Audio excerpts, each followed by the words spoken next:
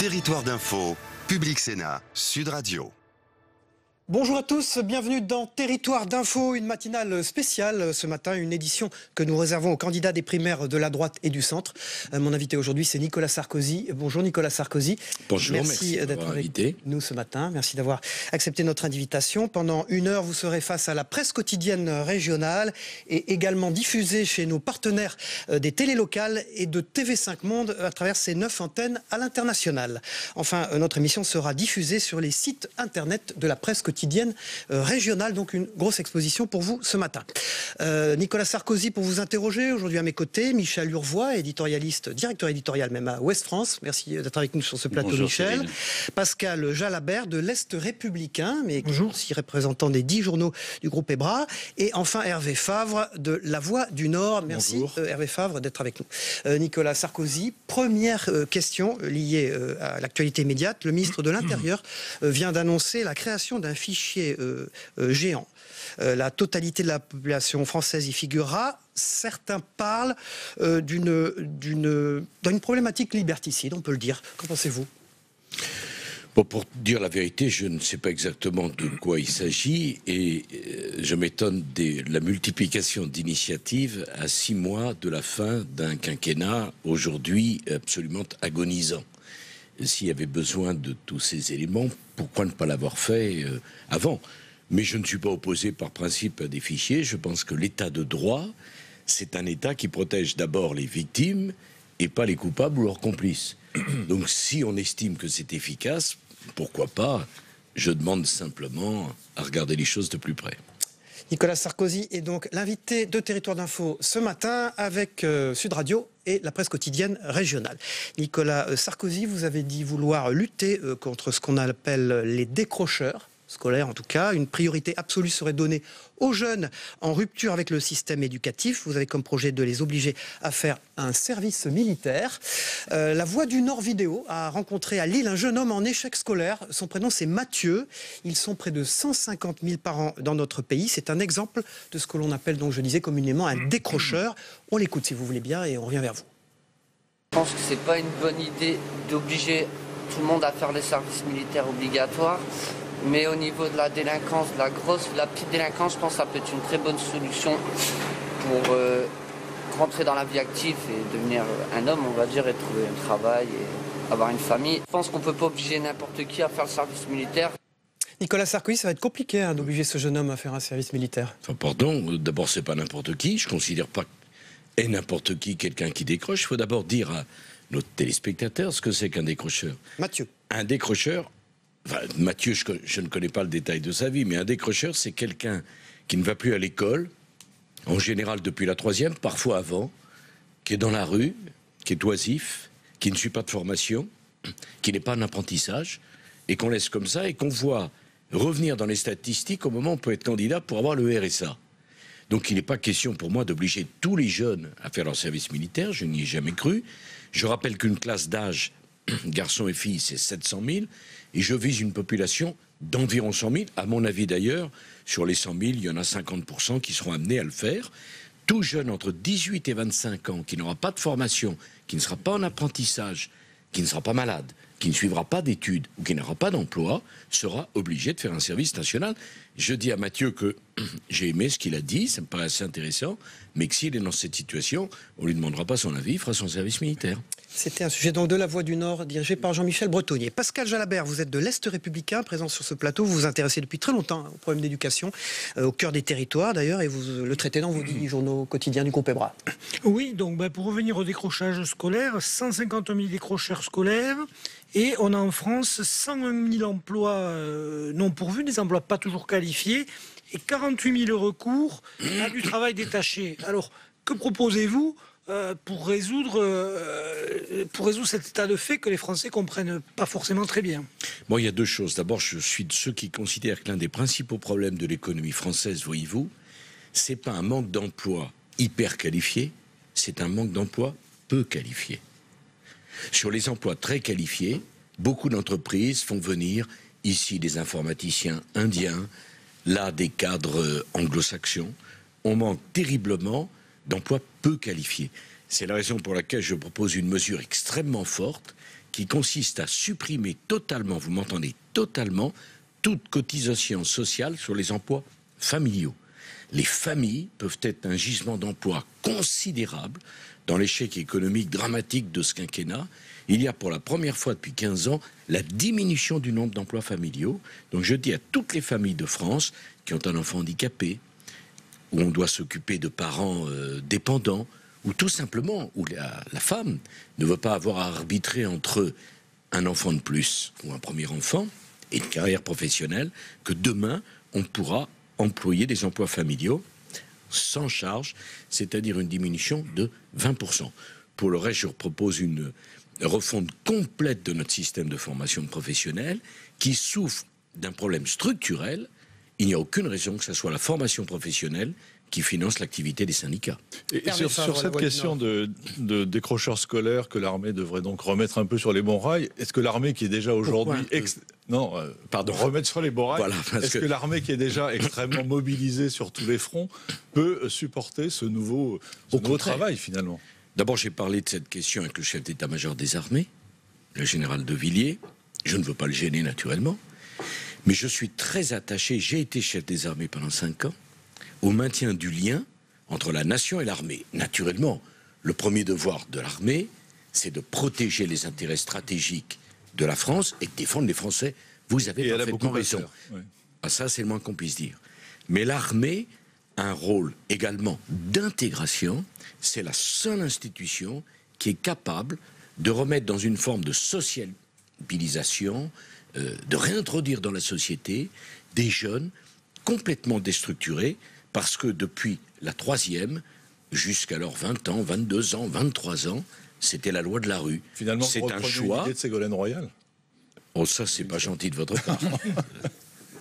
Mais on avait parlé dans la campagne 2007. Bah, écoutez, tant mieux si elle en avait parlé, c'était pas exactement cela. Sa proposition, il y avait un côté plus disciplinaire. Moi, je vise l'intégration. Ça permettra d'ailleurs à ces jeunes décrocheurs de perfectionner leur français. Pour ceux qui ne sauraient pas parler français, ou pas assez bien, de passer un permis de conduire, voire un permis de conduire poids lourd.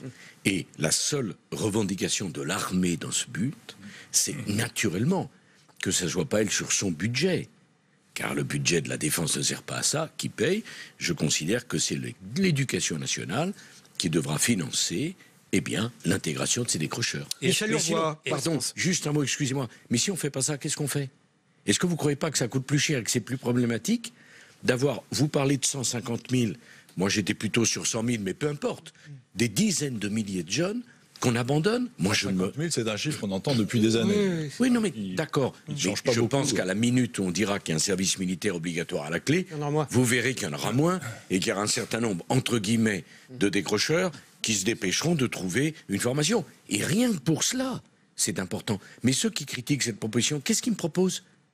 Le statu quo n'est pas une stratégie. Ouest France. Mais juste sur ce point, est-ce que l'armée a les capacités d'assurer l'encadrement de ces jeunes? Oui, l'armée n'a pas les capacités aujourd'hui, voyez-vous, et c'est pour ça que je suis opposé à un rétablissement d'un service national pour une classe d'âge de 700 000. On n'a pas les casernements, on ne peut pas envoyer des appelés risquer leur vie. J'ai toujours été favorable à l'armée professionnelle, mais s'agissant d'une population que j'estime, je peux me tromper, mais enfin, à 50 ou 60 000 chaque année, c'est simplement un problème budgétaire. Et pour moi, ça coûte moins cher de réintégrer ces jeunes que de les abandonner. Et vous estimez qu'elle en a envie, l'armée? Non, vous savez, l'armée est une institution extrêmement précieuse qui sait ce que c'est que l'obéissance aux autorités légitimement élues d'un pays. Cela signifie donc... Pascal Jalabert. Cela signifie que vous allez garder et même renforcer les effectifs de la défense. Or, dans votre programme, il y a des suppressions de postes de fonctionnaires. Où allez-vous opérer ces suppressions? Excusez-moi. D'abord, à ma connaissance, les militaires ne sont pas des fonctionnaires, sauf à me tromper. Non, dans le budget de l'État, c'est le budget de l'État qui paye. J'ai prévu que la totalité des forces de sécurité seront exonérées de tout effort de réduction de postes. Donc, on fera porter le non-renouvellement d'un fonctionnaire sur 2 partant à la retraite, à l'exception des gendarmes, des policiers, des gardiens de prison, des magistrats et des militaires.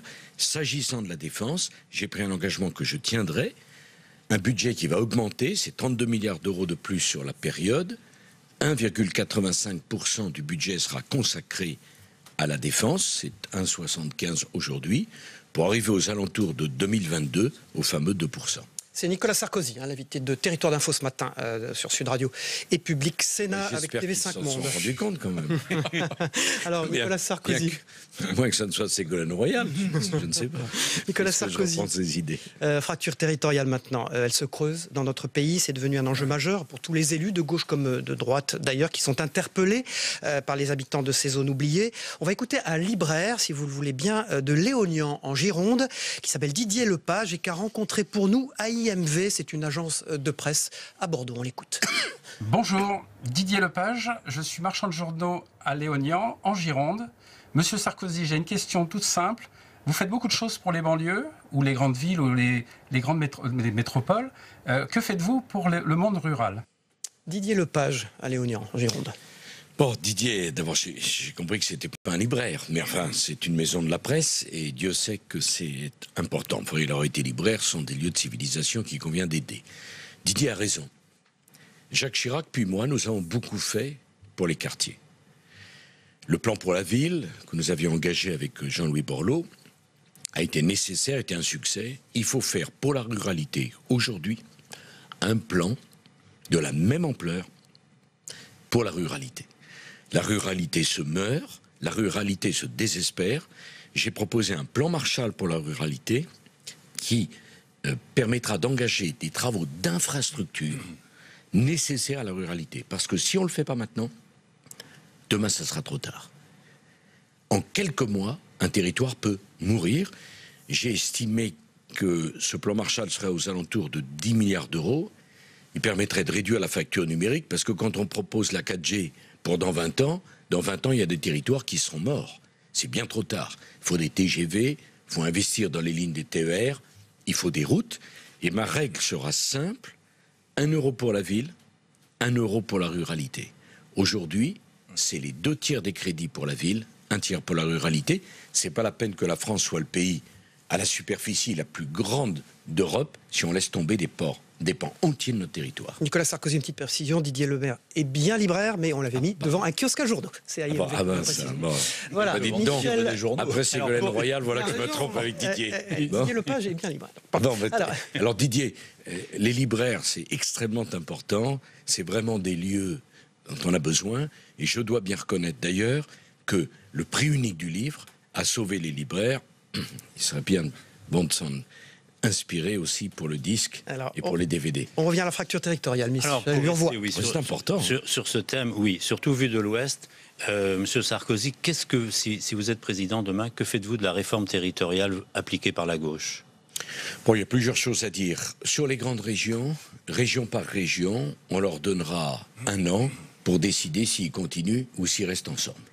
Bon, alors ça vous concerne moins. La Normandie. Oui, à l'ouest, mais enfin la Bretagne n'a pas été bougée, les pays de la Loire n'ont pas été bougés. Certes, il y a l'Aquitaine, le Limousin et Poitou-Charentes. Donc, chaque région décidera, on continue ou on arrête. Il n'y a aucune raison qu'on décide de tout démanteler. Moi, je ne suis pas M. Hollande qui, obsessionnellement, a voulu détruire tout ce que j'avais fait. Deuxièmement, nous reviendrons au conseiller territorial. Je crois au canton, parce que si vous supprimez le canton, vous supprimez la représentation des territoires. En gros, dans nos villes, le canton, on ne le connaît pas. Mais dans les territoires et dans la ruralité, c'est absolument fondamental. Et je veux que la même personne soit en même temps représentant du département et représentant de la région. Nous reverrons l'ensemble du découpage cantonal, qui a été un véritable scandale, tant il a été partiel. Voilà les mesures que nous engagerons dans un premier temps. François Baroin, votre possible Premier ministre, si vous êtes élu, préside aussi l'Association des maires de France. On l'a entendu depuis des mois, voire des années, protester contre la baisse drastique des dotations de l'État aux collectivités. Demain, vous, puisque vous venez de dire, plan Marshall pour la ruralité, des efforts d'investissement pour accompagner les collectivités, vous, président, demain, vous faites quoi avec ces dotations ? Vous les rétablissez, vous les renforcez, ou vous continuez la politique d'économie? D'abord, la politique de réduction des dépenses, elle est incontournable. La France dépense 57,5% en dépenses publiques par rapport à sa richesse nationale. Mon objectif est de revenir aux alentours de 50%. En 5 ans, il faudra faire des économies. S'agissant des collectivités territoriales, on ne peut pas aller plus loin. Ce n'est pas possible. Et il y aura dans l'ensemble des projets que je mettrai en œuvre, un projet très important qui sera la réévaluation des bases, des valeurs locatives des collectivités territoriales, bases qui n'ont pas été réévaluées depuis la fin des années 80. Et je proposerai un système selon lequel cette réévaluation pourrait se faire à chaque fois qu'on change de propriétaire ou à chaque fois qu'on change de locataire, mais sur la baisse des dotations aux collectivités territoriales, on ne peut pas aller plus loin. Dans le même temps, je supprimerai la réforme des rythmes scolaires, qui coûte une fortune aux collectivités territoriales, et la réforme du collège. Vous disiez des trains, des routes. J'avais envie d'ajouter un aéroport. Vous voyez de quoi je veux parler? Non, Ségolène Royal toujours. Décidément. C'est Nicolas Sarkozy l'invité ce matin. Est-ce que dans l'imbroglio de... Comment vous sortiriez, vous, de l'imbroglio de Notre-Dame? Il n'y a pas d'imbroglio. Pardon, donc, excusez-moi, je parle à toute la population de l'Ouest. Enfin, à ma connaissance, je ne veux pas être caricatural, mais si vous voulez, il y a dû avoir au moins 150 décisions de justice pour dire qu'il faut faire l'aéroport. Vous me le confirmez. Certains disent 160, peu importe. Disons largement plus d'une centaine de décisions de justice. Il y a eu surtout un référendum. Et pour moi, le référendum, c'est capital. Un référendum qui a dit il faut faire cet aéroport. Donc je ne sais pas ce que représente cette population qui occupe en toute illégalité plusieurs dizaines d'hectares dans la région Pays de la Loire. Je demanderai immédiatement l'expulsion de ces gens, dont une partie appartiennent à l'extrême gauche étrangère, dont l'autre partie réside là, on se demande de quoi ils vivent. Je peux vous mettre sur une piste, ils vivent de subventions payées avec les cotisations des gens qui travaillent. Pour moi, le premier problème de la France, c'est un problème d'autorité. Alors, un jour, on vous occupe la place de la République. Un jour, il y a 3000 migrants en situation irrégulière sous le métro Stanislas. Les pauvres, mais enfin, pensez aux gens qui habitent, c'est quand même pas admissible. Et là, on a Notre-Dame-des-Landes avec un véritable village. Ils seront expulsés et l'aéroport se fera. Hervé Favre. Je reviens aux ressources des collectivités locales qui tous les ans crient misère auprès de l'État. Vous dites on ne peut pas aller plus loin effectivement dans la réduction des dotations. Est-ce qu'on peut aller plus loin dans les ressources fiscales qu'elles réclament? Bon, non, parce que pour les régions, elles ont eu une part de TVA. Est-ce que je suis très réservé sur cette opportunité. Je pense que la TVA est un impôt national pour l'État. Je ne suis pas pour une France fédérale. Je considère qu'on a un État et qu'il ne faut pas trop jouer avec ces questions-là. Les collectivités territoriales seront astreintes, comme l'État, à une réduction des effectifs. J'ai prévu 150 000 de moins pour l'État, 150 000 de moins pour les collectivités territoriales. J'admets bien volontiers qu'on ne peut pas le faire de la même façon, parce qu'une commune de Bretagne de 150 habitants ne peut pas être traitée comme la capitale de la France. On passera des contrats avec les associations représentant les élus, et surtout je veux un changement très profond du statut des fonctionnaires territoriaux. Ils seront amenés à être mieux payés, mais à travailler davantage. Je veux que les exécutifs territoriaux puissent négocier la durée du temps de travail dans leur mairie, dans leur département et dans leur région, et je dis très simplement qu'on n'est pas obligé d'être un fonctionnaire à vie dans tous les métiers des collectivités territoriales, des départements ou des régions. Pascal Jalabert. Oui, sur la réduction des effectifs, pouvez-vous nous préciser où allez-vous réduire? L'éducation nationale, donc on a bien compris les collectivités, l'hôpital, outre les secteurs sécurité, qu'est-ce que vous sacralisez? Si vous me permettez, il faut être précis. Il y a 2 millions de fonctionnaires d'État, grosso modo. Sur les 2 millions, il y en a un peu moins d'1 million dans l'éducation nationale. Si vous posez comme postulat que vous ne supprimez rien dans l'éducation nationale, autrement dit, vous supprimez personne. Voilà. Bon, donc je vous l'ai dit, pour les collectivités territoriales, 150 000 fonctionnaires en moins sur la durée du quinquennat. Dans les administrations de l'État, toutes les administrations sont concernées, à l'exception de l'armée, de la police, de la gendarmerie, en grosso modo, défenseurs. Oui, mais la justice, vous savez, il y a 8000 magistrats, enfin, ce sont des très petites populations. Sur la fonction publique hospitalière, qui est encore un autre sujet, environ 1 million de personnes, Je n'ai pas proposé d'objectif chiffré parce que j'ai une grande ambition qui consiste à donner l'autonomie de gestion à chaque établissement hospitalier qui pourra définir ainsi la durée du temps de travail. Je précise, je veux le rétablissement des heures supplémentaires pour tout le monde.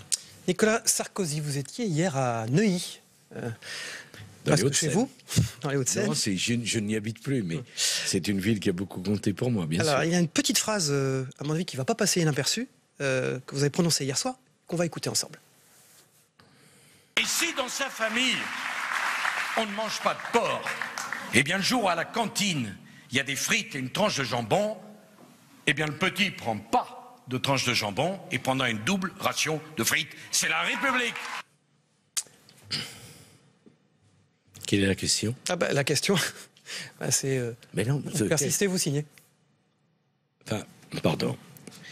Nous sommes dans une république. C'est les menus de substitution, la question. Dans la République, il y a une règle. Et le problème de la République, ce sont les accommodements raisonnables. Madame El Khomri vient de sortir une invraisemblable liste d'accommodements sur les pratiques religieuses dans les entreprises. Je considère que la situation est très grave, qu'il faut protéger la République et notamment protéger les jeunes filles françaises et musulmanes du terrorisme et de la pression, le terrorisme intellectuel, du communautarisme. Il y a dans les cantines de France un menu pour tout le monde. Il n'y a pas la table des enfants musulmans, la table des enfants juifs ou la table des enfants chrétiens.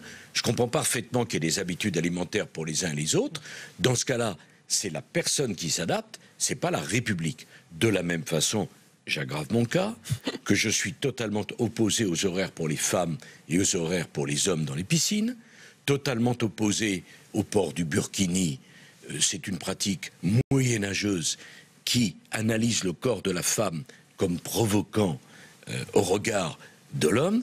Il n'y aura pas sur les plages de France des hommes qui peuvent être en maillot de bain et des femmes qui doivent être habillées. Je dis simplement que si une jeune musulmane veut être en mini-jupe ou en jean, elle a le droit. Si elle ne veut pas être voilée, elle doit avoir le droit. Et que si on laisse faire les accommodements raisonnables, à l'arrivée, la petite musulmane française qui ne portera pas de voile sera montrée du doigt, ce qui est un scandale. Doivent être bannis de l'entreprise, de l'espace public, de Alors, soyons précis, je pense que les signes religieux doivent être ostensibles, doivent être bannis à l'université comme ça l'est au collège et au lycée.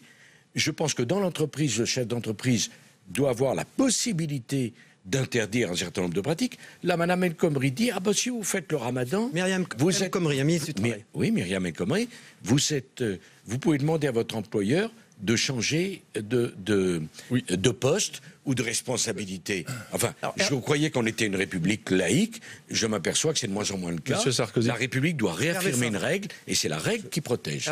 Je voulais vous parler d'un autre propos de meeting sur la jungle de Calais, le réchauffement climatique qui aurait amené la création d'une jungle à Calais. Vous comprenez que ça aurait pu choquer, parce que ça a choqué certains de nos bon. Monsieur Fabre, je vous connais depuis des années, je sais que vous êtes un homme qui a eu de l'humour. C'est une image. Oui. Qu'est-ce que j'ai voulu dire? Mais le sujet prête peu à l'humour, finalement, quand même. Si vous pensez qu'il y a des sujets où l'humour est banni, c'est qu'on a alors là une différence irréconciliable, monsieur Fabre. Au contraire, l'humour, c'est pas pour les sujets légers, c'est pour les sujets graves. J'ai voulu dire quoi? Mais expliquons-nous, c'est très simple. Que on banalisait des réalités dramatiques avec des mots dont on finissait par oublier la signification. Par exemple, décrocheur, c'est pas le décrocheur de tableau. C'est un jeune en souffrance qui est abandonné. Quant à la jungle de Calais, tout le monde commente la jungle. Mais c'est un scandale. Alors, ce sont des malheureux qui souffrent au milieu d'une population du Calaisis absolument exceptionnelle de générosité, qui entend parler de la jungle, et finalement, ça devient normal, naturel. Personne n'est choqué. Oui, mais vous savez, à ce moment-là, quand la maison brûle, le coupable n'est pas celui qui... Non. Quand la maison brûle, le coupable n'est pas celui qui dit « Regardez, la maison brûle ».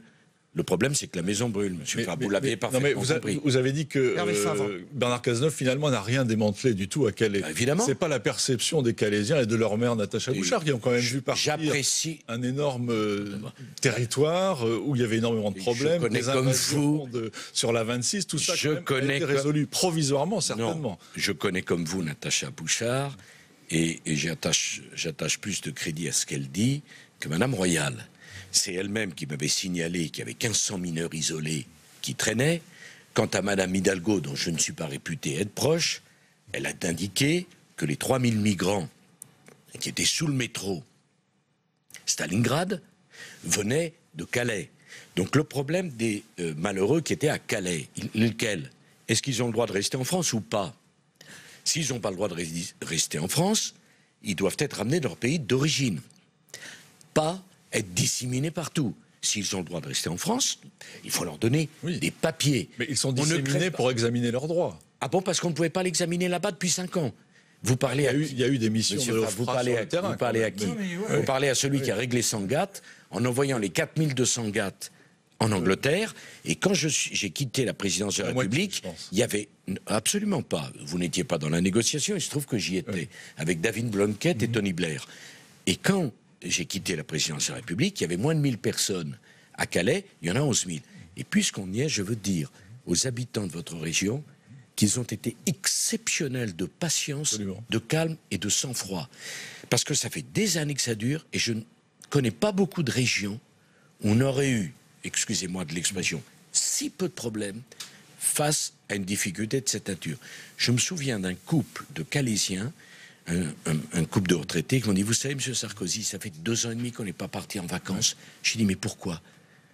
Ils m'ont dit, parce que vous savez, nous habitons sur la jungle, sick.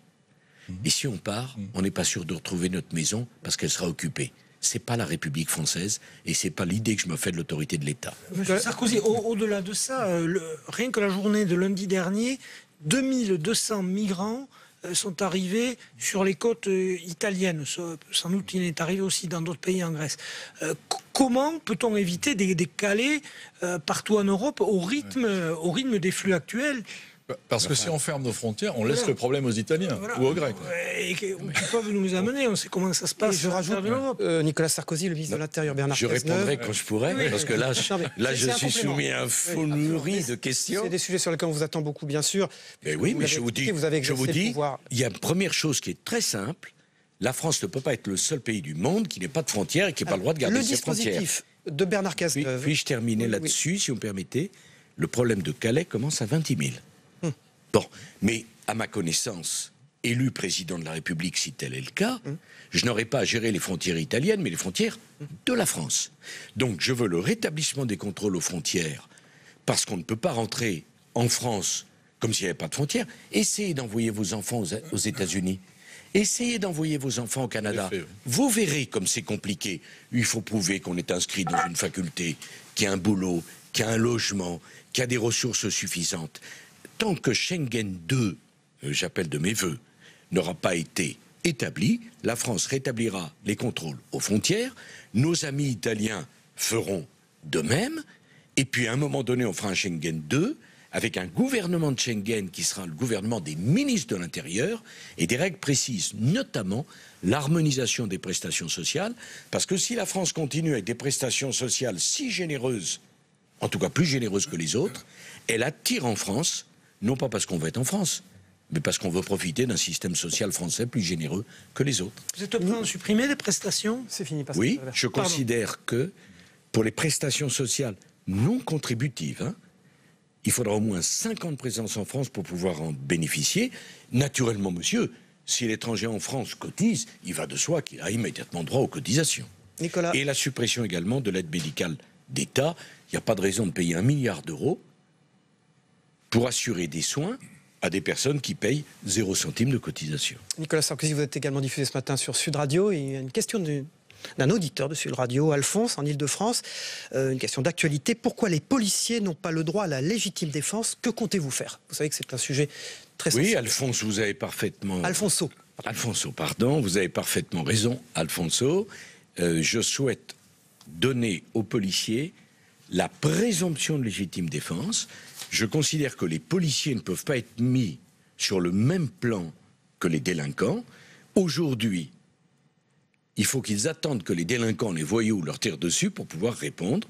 Je souhaite que demain, s'ils se sentent en danger, ils puissent faire utilisation de l'arme à feu. Merci. On retrouve Nicolas Sarkozy, l'invité de Territoire d'Info sur Public Sénat Sud Radio. La PQR et TV5 montent dans quelques minutes. Tout d'abord, on va repartir du côté de Sud Radio pour un flash info. Et puis nous, du côté du zapping des matinales. Merci, messieurs, d'avoir interviewé Nicolas Sarkozy.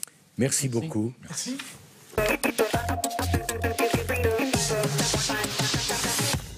Le méga-fichier soulève de plus en plus de critiques. Le Conseil national du numérique, organe consultatif, a demandé ce matin sa suspension immédiate. Demain, ce fichier peut être aussi très intrusif si on change de gouvernement. Et moi, je n'ai pas une confiance instinctive comme ça et naturelle dans ce que pourrait faire un Brice-Hortefeux ou l'extrême droite avec un tel fichier demain. Cette fois, c'est officiel, c'est Yannick Jadot qui a gagné le droit de représenter Europe Écologie Les Verts à la prochaine élection présidentielle. Il a remporté le deuxième tour de la primaire devant sa rivale Michel Rivasi. Sprint final aux États-Unis. Donald Trump a traversé 5 États pour faire 5 meetings. Tout ça en une seule journée. Le FBI ne va finalement pas poursuivre Hillary Clinton dans l'affaire des emails qui empoisonnent sa campagne depuis des mois. Elle est protégée par un système corrompu, affirme-t-il. C'est un système totalement corrompu, ça fait longtemps que je le dis. Vous ne pouvez pas analyser 650 000 nouveaux emails en 8 jours. Barack Obama vient même en renfort et ose la moquerie au sujet du candidat républicain privé de son compte Twitter par ses conseillers pour éviter les dérapages. Si quelqu'un n'est pas capable de maîtriser son compte Twitter, alors qu'en sera-t-il pour les codes nucléaires ? L'élection de Trump serait un drame pour le monde. Parce que cet homme est proprement irresponsable et extrêmement dangereux. Vous voteriez donc Hillary Clinton, qui représente tout ce que vous combattez. Dieu merci, je ne suis pas aux États-Unis. Oui, non, je ne suis pas américain. Donc ce serait l'apocalypse annoncée selon vous, Trump? Ce serait un immense risque. Ce serait mais de toute façon, c'est déshonorant pour les États-Unis. Qu'un histrion comme ça atteigne 45%, ça interpelle beaucoup pour ce qui était supposé être la plus belle démocratie du monde. Il se trouve que si Mme Clinton l'emporte, ça n'est pas si rose que ce qu'on nous dit. Mme Clinton, c'est la candidate qui veut faire passer le traité transatlantique, le TAFTA. Vous savez, on a fait passer malheureusement le traité avec le Canada. Là, ce serait le traité du bœuf aux hormones, des OGM, le TAFTA. Elle est pour, Trump est contre. Ce n'est pas la fidélité qui l'étouffe, c'est Nicolas Sarkozy qui parle de vous. Je lui ai répondu dans un petit texto très simplement. Je ne suis pas un homme politique qui te doit un mandat. Je ne suis pas un féal vis-à-vis d'un souverain. Nous avons un désaccord politique majeur. Et je pense que je t'ai apporté plus dans la vie que tu ne m'as donné. Oula!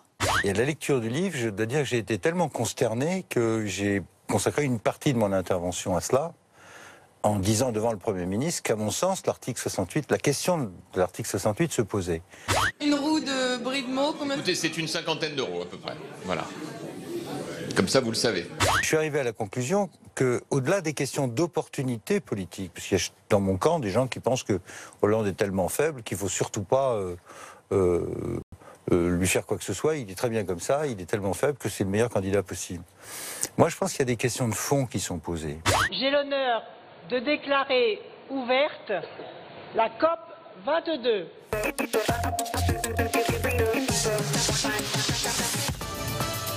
Territoire d'Info, Public Sénat, Sud Radio.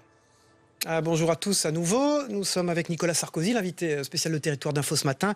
Merci d'être avec nous. C'est une édition particulière pour les candidats de la primaire de la droite et du centre. Et vous savez, jeudi, Nicolas Sarkozy, que nous recevrons Alain Juppé à votre place. Pour vous interroger aujourd'hui à mes côtés ce matin, Christophe Bordet de Sud Radio. Bonjour Christophe. Bonjour à tous. Zamès de Public Sénat. Bonjour Michael. Nicolas Sarkozy, vous avez connu deux présidents américains, en tout cas en fonction... plus j'imagine, George Bush et Barack Obama. Si vous êtes plus, j'ai bien... George Bush père aussi, vous l'avez rencontré. Oui, c'est vrai, mais je ne l'ai pas connu en fonction, si vous voyez ce que je voulais dire. C'est ce que j'allais dire, en fonction de président. Votre premier sujet de discussion, si vous étiez élu avec le nouveau président ou la nouvelle présidente des États-Unis, ce serait quoi, le premier sujet? Vous savez, on va avoir besoin d'un président de la République française fort pour parler à la future présidente ou au futur président des États-Unis. Les États-Unis et la France, c'est une longue histoire. Il y a entre nous le lien du sang. Des jeunes Américains sont morts pour notre liberté. Jamais on peut l'oublier. Ce sont nos alliés, ce sont nos amis. Et je suis très attaché à l'Alliance Atlantique, comme on le dit. Mais je sais d'expérience que les Américains ne respectent que les alliés forts. Et il faudrait être fort, quel que soit le cas de figure. Donc la première chose que je dirais, c'est que les Américains se sont dotés de ce qu'on appelle le Buy American Act. Ce qui fait que quand ils achètent, par exemple à Alstom, des trains, ils peuvent exiger que ces trains soient fabriqués non pas en France, non pas en Europe, mais aux États-Unis. Je veux la liberté du commerce entre les États-Unis et la France, mais sur la base d'une concurrence loyale, non pas déloyale. Je veux donc immédiatement un Buy European Act. Michael Zavès. Appliqué en France tout de suite, immédiatement, si vous êtes... Il n'y a aucune raison que quand les Américains nous achètent un train, ils exigent qu'il soit fabriqué aux États-Unis, et quand nous, on leur achète tout un tas de choses, ça soit fabriqué chez eux. Nicolas Sarkozy, Donald Trump, vous avez dit, c'est le symptôme de la pensée unique et du malaise de la démocratie. Est-il le porte-parole du peuple d'une Amérique silencieuse? Enfin, écoutez, c'est quand même un problème que près d'un Américain sur deux envisage de voter pour lui, qu'il a été, après un processus extraordinairement long, désigné vainqueur des primaires d'un grand parti démocratique, qui est le Parti républicain. Ça en dit long sur le décalage entre ce que dit l'Amérique des médias et l'Amérique profonde. Et pour moi, c'est pas Trump qui est intéressant. Il n'est qu'un symptôme. On avait eu, il y a quelques années, souvenez-vous, le Tea Party et Sarah Palin. On a maintenant Trump, candidat à la vice-présidence, qui montre quand même un problème considérable dans l'Amérique profonde. Alors on sent ce ras-le-bol des Américains, on les a entendus dans les interviews que l'on a pu diffuser sur nos chaînes. Disons qu'on voit bien que les États-Unis, ça ne peut pas se réduire à Washington, New York et Los Angeles. Alors j'ai envie de vous dire, pardon de comparer, mais est-ce que la France est d'une certaine manière victime du même symptôme? Écoutez, vous ne m'offensez pas en disant qu'il y a le même symptôme, bien au contraire. Mais je ne dirais pas la France, voyez-vous. Je dirais toutes les démocraties au monde. Ben, regardez ce qui s'est passé en Grèce, avec l'extrême gauche qui gouverne aujourd'hui, additionnée à l'extrême droite. Regardez l'Espagne, grande démocratie, où Podemos a fait des ravages. Regardez l'Italie, un pays frère, où c'est un clown. Si on reste particulièrement sur la France, dans les amis ont gagné. Non mais on fait le constat. Et en France, ben, regardez l'Autriche. L'Autriche, c'est pas rien. Vienne a été la capitale intellectuelle de l'Europe, disons dans la premier tiers du XXe siècle. Et la présidentielle a donné... Mais à qui la faute? Un débat entre l'écologiste et l'extrême droite. À qui la faute? La faute, forcément, elle est partagée, mais elle est, me semble-t-il, elle se cristallise autour d'une pensée unique, développée médiatiquement, qui ne correspond en rien à ce que pensent les Français. Prenons des exemples. Quand je parle de l'islam, on va dire que je suis islamophobe. C'est un scandale. Je suis parfaitement convaincu que chacun peut vivre sa religion. L'islam comme n'importe quelle autre religion. Quand je parle de l'immigration, la pensée unique va dire il est raciste. Au nom de quoi on doit accepter ça? Quand je dis on doit défendre nos intérêts, on va dire il est nationaliste. Quand on ne dit pas, il est populiste. C'est cela que refusent les gens. Moi, je suis candidat de la lucidité. Je veux poser un diagnostic lucide sur mon pays pour éviter que demain, les mêmes causes ici produisent les mêmes effets qu'ailleurs. Nicolas Sarkozy, nous sommes à quelques jours du premier anniversaire des attentats qui ont touché Paris le 13 novembre dernier. En matière de lutte contre le terrorisme, pouvez-vous nous dire si oui ou non tout a été mis en œuvre par l'actuel chef de l'État? Non, tout n'a pas été mis en œuvre. Et d'ailleurs, rendez-vous compte de la gravité de votre question. Il y a eu 238 morts en moins de 2 ans. Est-ce que vous et moi, on aurait imaginé une telle situation? À l'évidence, non. Tout n'a pas été mis en œuvre, toutes les conséquences n'ont pas été tirées. C'est la raison pour laquelle j'interrogerai par référendum, le 18 juin 2017, les Français, pour leur demander l'autorisation que le ministre de l'Intérieur, le futur ministre de l'Intérieur, puisse mettre en résidence administrative, préventive, avec obligation d'y demeurer, des gens dont les services spécialisés nous auront indiqué qu'ils pourraient être dangereux. Pas tous. Les fichiers S, il y en a les gens dangereux. 12 000, mais il y en a quelques centaines dont les services spécialisés ont besoin de les assigner avant qu'ils commettent quelque chose pour voir où ils en sont de leur processus de radicalisation. S'arrête fin janvier, selon vous, est-ce qu'il faut le prolonger? Mais la question de l'état d'urgence est anecdotique. Ce qui compte, c'est qu'est-ce qu'on en fait. Aujourd'hui, on n'en fait rien. Il y a état d'urgence et la place de la République a été occupé pendant des mois. Il y a état d'urgence, il y a 3000 immigrants en situation irrégulière sous le métro Stalingrad. Il y a état d'urgence, il y a Notre-Dame-des-Landes. Il y a des dizaines d'hectares qui sont occupés. Et il y avait état d'urgence et on a fait des fan zones. Nicolas Sarkozy, ça va se compliquer pour vous maintenant. Nous avons rencontré une sarkozyste fervente, militante de 2007. Mais problème, elle est déçue aujourd'hui. Elle se demande comment vous faire confiance à nouveau. Et c'est Azur TV, la première chaîne. Est-ce que vous considérez que jusqu'à présent, c'était pas compliqué de répondre à vos questions? Azur TV, la première chaîne TNT de la Côte d'Azur, l'a rencontrée. Et on l'écoute ensemble. Monsieur Sarkozy, bonjour. Caroline de Nice. En 2007, j'ai été séduite par votre programme et votre rupture proposée. Seulement, les promesses n'ont pas été tenues, donc j'ai été déçue. Aujourd'hui, vous êtes contre M. Juppé et l'ouverture vers M. Bayrou. Comment on peut être sûr de vous accorder toute notre confiance et être sûr que les promesses seront tenues pour le prochain mandat? D'abord, merci Caroline de prendre la peine de m'interroger, puis amitié à la ville martyre de Nice, où je compte beaucoup d'amis, dont notamment Christian Estrosi. Caroline, je comprends que vous ayez été déçu, et sans doute n'ai-je pas tout réussi, vous avez parfaitement raison, mais au moins j'ai le courage de le dire. D'après vous, il vaut mieux faire confiance à celui qui propose de changer les choses, ou à celui qui, avant même d'être élu, propose de changer rien du tout? Caroline, j'admets que vous ayez des doutes sur moi, je les respecte, mais enfin vous avez des certitudes sur les autres, puisque vous êtes sûr qu'ils ne le feront pas, puisqu'ils ne le proposent pas. Donc celui qui changerait rien du tout, c'est Alain Juppé. Pardon, en tout cas je vois ce que disent les uns et les autres. Vous me dites M. Bayrou, j'ai aucun problème personnel avec M. Bayrou, je ne gouvernerai pas avec lui. Pourquoi? Parce qu'il propose, Caroline, d'augmenter les impôts, TVA plus une tranche supplémentaire d'impôt sur le revenu à 50%. Il n'a pas voté l'interdiction du port du voile à l'école. Il est pour la régularisation des étrangers en situation irrégulière. Donc ça devrait plutôt vous rassurer. Caroline, je vais me donner beaucoup de mal pour vous reconquérir.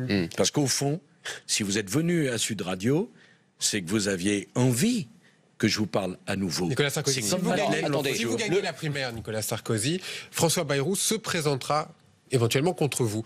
Peut-il faire perdre la droite en 2017? François Bayrou n'a fait que ça, se présenter contre les candidats de la droite et du centre.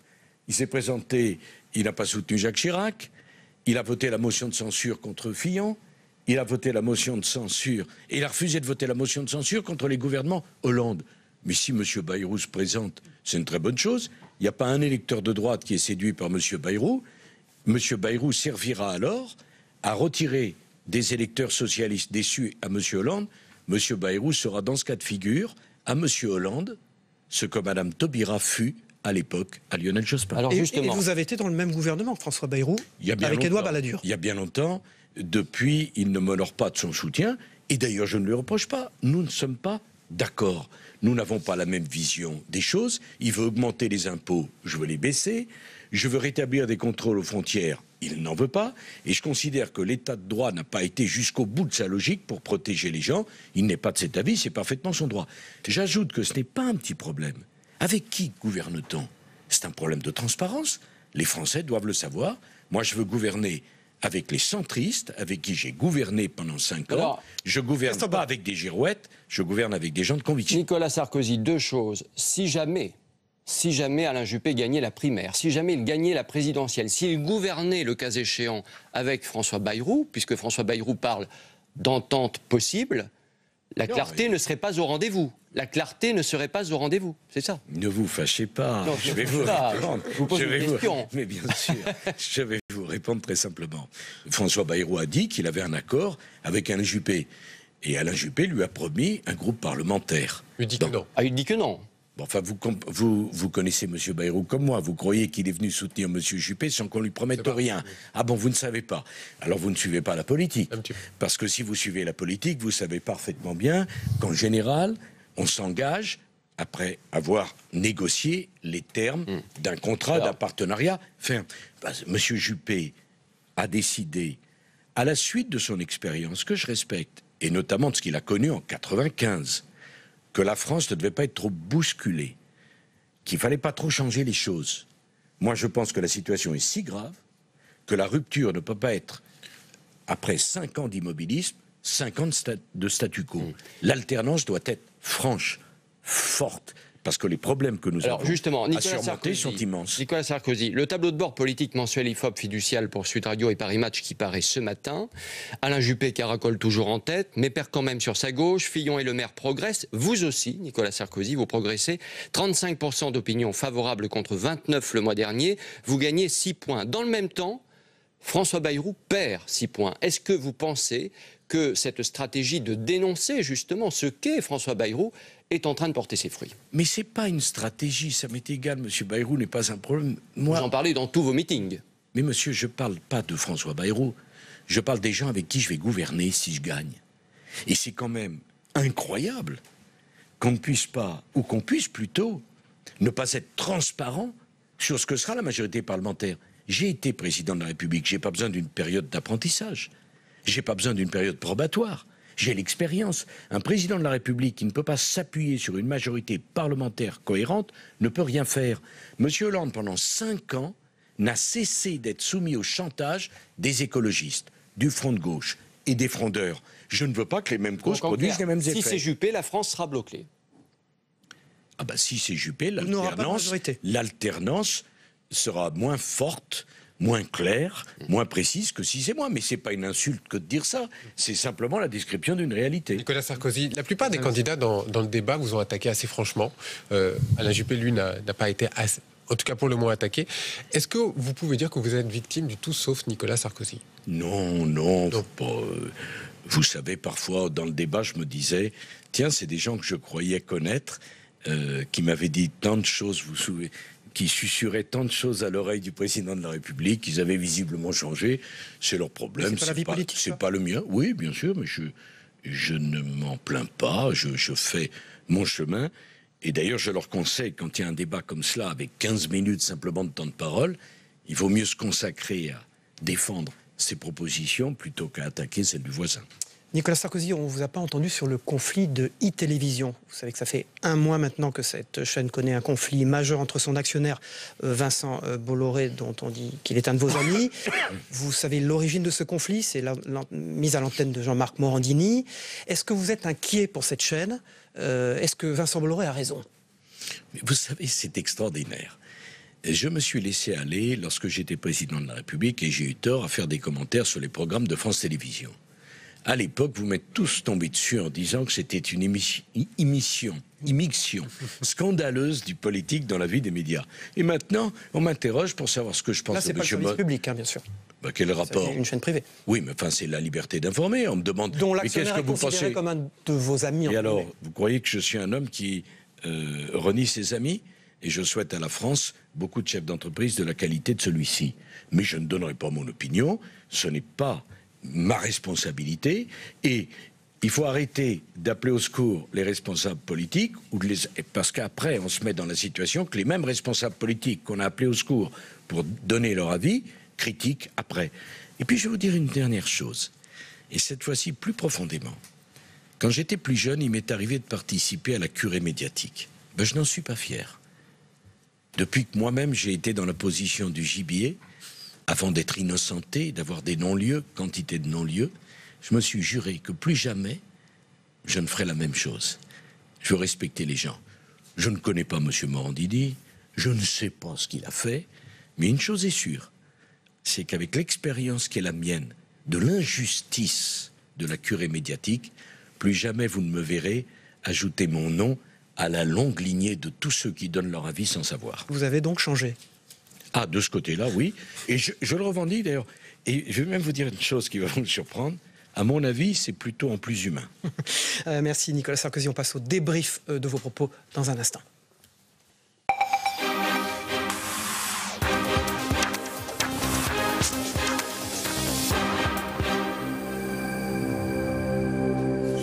Voilà. C'est Nicolas Sarkozy, vous l'avez compris, qui est l'invité spécial de cette matinale d'info ce matin. Oui, pour la radio, Nicolas Sarkozy. Nous sommes aussi à la radio.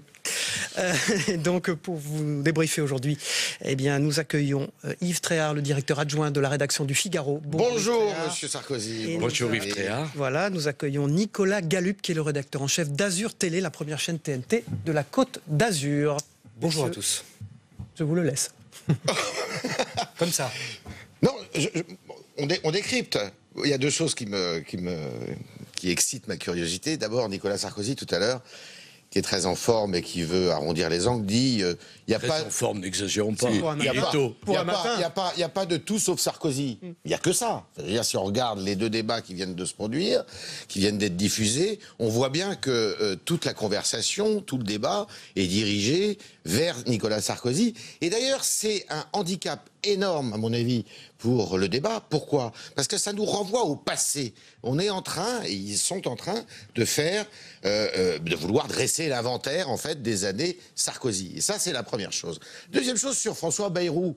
François Bayrou, c'est pas son problème. Mais si, c'est son problème, il en parle tout le temps, Nicolas Sarkozy. Là, vous faites de la psychologie, hein, Yves Tréhard? Non, je ne fais pas de la psychologie. Je regarde factuellement, et c'est vrai que Nicolas Sarkozy nous parle souvent de François Bayrou. Vous avez parlé de stratégie. C'est pas une stratégie, c'est une tactique. Et c'est normal qu'on fasse de la tactique quand on fait de la politique, puisqu'il dit, François Bayrou, il a voté contre...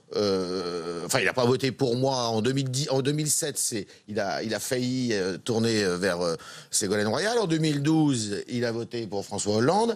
Et puis, il s'est régulièrement opposé, effectivement, au gouvernement de François Fillon. Donc, ce sont deux points, puisque vous me demandez de décrypter. C'est ce qu'on voulait. Décrypte, et en creux...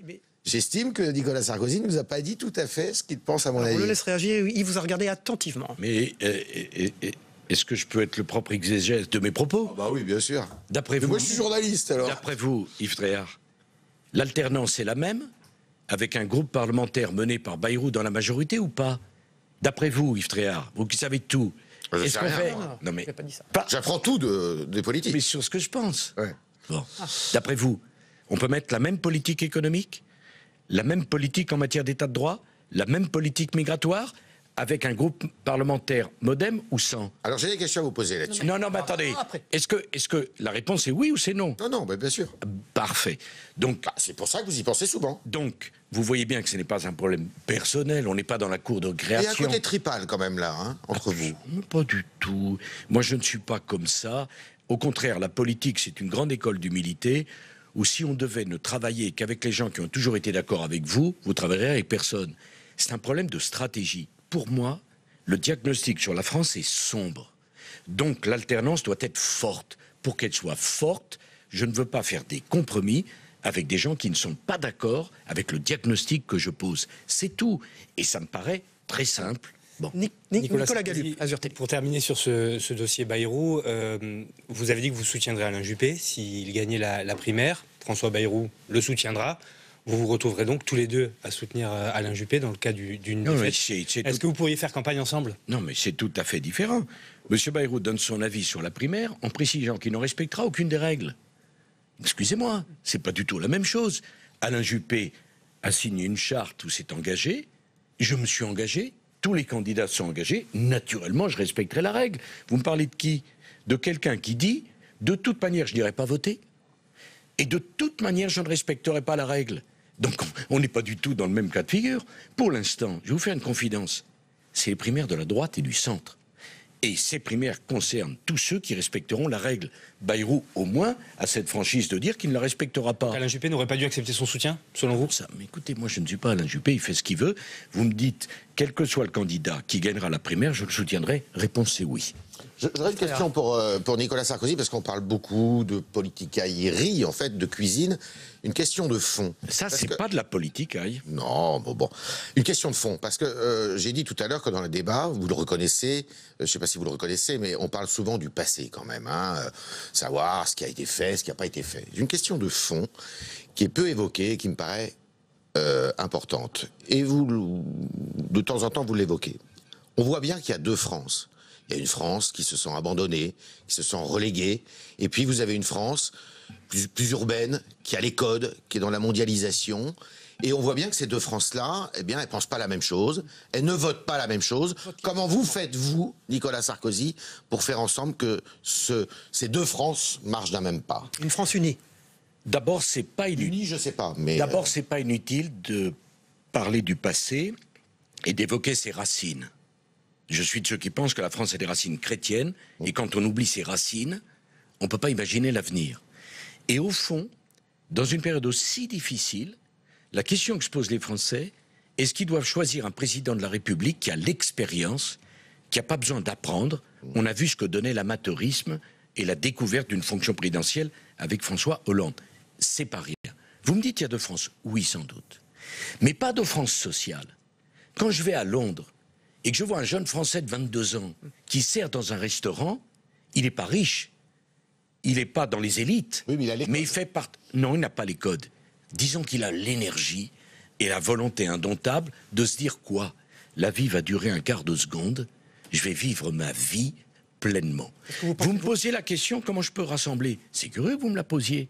En 2007, je crois que j'ai su rassembler. Alors qu'on disait que j'étais un fantastique candidat de premier tour et un mauvais candidat de deuxième tour.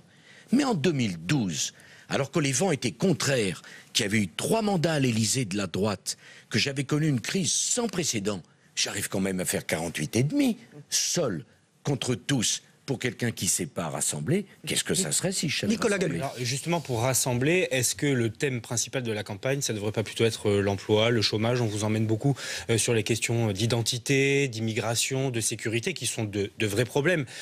Mais en vous écoutant encore ce matin, et ce n'est certainement pas de votre faute, mais... Voilà, on attend des mesures aussi concrètes pour le chômage. Nous, en région Provence-Alpes-Côte d'Azur, on a une image de région riche. C'est pas le cas. On rencontre tous les jours des gens dans la détresse. Monsieur, je connais très bien votre région, notamment vous y venez souvent. Le département du Var. C'est une région que j'adore, où j'ai beaucoup d'amis. Naturellement qu'il y a un problème massif. C'est la raison pour laquelle j'ai proposé 34 milliards d'euros de baisse des charges immédiate pour la compétitivité des entreprises. Mais pourquoi opposer sécurité, développement économique? D'après vous, je dis juste qu'il faudra en parler un petit peu plus. Bien sûr. Mais vous, en Provence-Alpes-Côte d'Azur, à Nice, avec le drame de la baie des Anges, ça n'a pas eu un impact économique? Ça a naturellement eu un impact économique. Donc moi, je ne suis pas de celui qui pense « Oh, il y a les sujets nobles, l'économie, l'éducation, puis il y a les sujets qui ne le sont pas, l'intégration qui est complètement en panne, l'immigration qui nous submerge. » Vous ne croyez pas que l'Afrique qui va doubler de population en 30 ans, c'est un problème économique majeur? Yves Tréhard parle souvent, à juste raison, des déficits. Si on continue à accueillir tout un tas de gens qu'on ne peut pas accueillir comme si on était en plein emploi. Donc pour moi, voyez-vous, il y a quelques priorités. Et on ne peut pas se payer le luxe de dire, attendez, écoutez, il y a l'économie d'un côté et les fonctions régaliennes de l'autre. Non, il y a la France. Et la grande question des Français, on a reçu la France de nos parents et de nos grands-parents. Est-ce qu'on va pouvoir transmettre la France à nos enfants, à nos petits-enfants? C'est central. Yves Tréhard, 1 minute. Une minute, alors 30 secondes de commentaires et 30 secondes de questions. 30 secondes de commentaires pour dire que moi je ne suis pas un grand fan des primaires. Je pense que la primaire, c'est contraire à la Ve République, aux institutions, et puis finalement, on s'aperçoit que c'est pas un exercice extraordinaire. Qu'est-ce que vous en pensez, puisque vous êtes en plein dedans? Alors évidemment, si vous les gagnez, vous direz que c'est mieux que si vous les perdez. Non, je suis pas aussi absolu que ça. Moi, je pense qu'Yves Tréhard a raison. On peut critiquer les primaires, et on peut dire c'est un peu contraire à l'esprit de la Ve République, avec les 2 tours. Pour autant, avec un Front National au niveau où il est, la droite et le centre ne peuvent pas se permettre le luxe de la division. C'est pour ça que j'ai voulu les primaires. Je suis le dernier à vous dire que ça ne présente que des avantages. Ça présente des avantages, l'union, et des désavantages. Mais à bien y réfléchir, je ne regrette pas le choix de l'union. Je vous rappelle que je suis revenu parce que ma famille politique a été détruite par la violence inouïe des affrontements entre M. Copé et M. Fillon. Il fallait raccommoder, il fallait rassembler. Vous voyez, Nicolas, le rassemblement, on y revient, M. Tréhard. Il reste 1 minute. Alors, je voudrais juste vous poser une question sur votre état d'esprit à quelques jours du premier tour. On a dit, les primaires, c'est pas vraiment dans la matrice de la droite. Les sondages sont toujours en faveur d'Alain Juppé. Dans quel état d'esprit êtes-vous? Non, j'ai pas les mêmes, la même lecture que vous, excusez-moi. C'est pas une lecture, c'est les chiffres. Non, pardon. Tous les sondages disent qu'à droite, et même au centre parfois, je suis largement devant. J'ai une question à vous poser. Quand on est candidat à la primaire de la droite et du centre, il vaut mieux être populaire à droite ou à gauche? Moi, je pense que c'est mieux à droite. Réfléchissez-y. J'y réfléchis tous les jours. Nicolas Sarkozy. En vous rasant. En me rasant, exactement. Nicolas Sarkozy, jeudi, notre invité, c'est Alain Juppé, exactement à la même place que vous. Bonne émission, Alain. Alors, quelle principale qualité vous attribuez à Alain Juppé? Non, mais on n'est pas à l'école. Une qualité, je lui poserai la même question. Vous savez, moi, Alain Juppé a été mon ministre.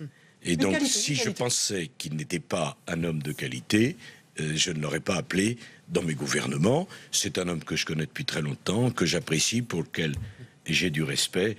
C'est un homme qui a une grande honnêteté intellectuelle et j'ai plaisir à débattre avec lui. On n'est pas d'accord sur un certain nombre de choses, et notamment sur la profondeur des changements en cause. Merci. Mais vous savez, c'est pas pour ça que c'est la guerre et l'opposition entre nous. Nicolas Gallup d'Azur Télé, une chaîne dirigée par Hervé Reynaud. Merci Yves Tréhard. Merci à vous. Merci Nicolas Sarkozy d'avoir été notre invité pendant une heure. Demain, c'est une émission spéciale avec Paris Match et TV5 Monde sur le décryptage et le résultat des élections américaines. Vous la regarderez si vous pouvez. Non, je peux revenir.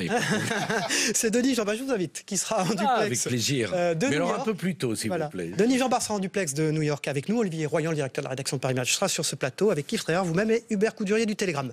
Jeudi, c'est Alain Juppé, je l'ai dit. Merci à tous. Bonne matinée et à demain.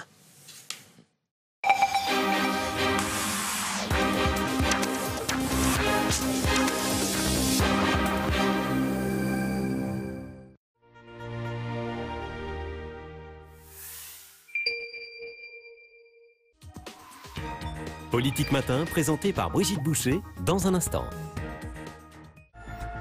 Élection présidentielle 2017. Les candidats de la droite et du centre confrontent leurs projets. Dernier débat avant le vote du premier tour de la primaire. Un événement à suivre en direct, jeudi 17 novembre à partir de 20h30.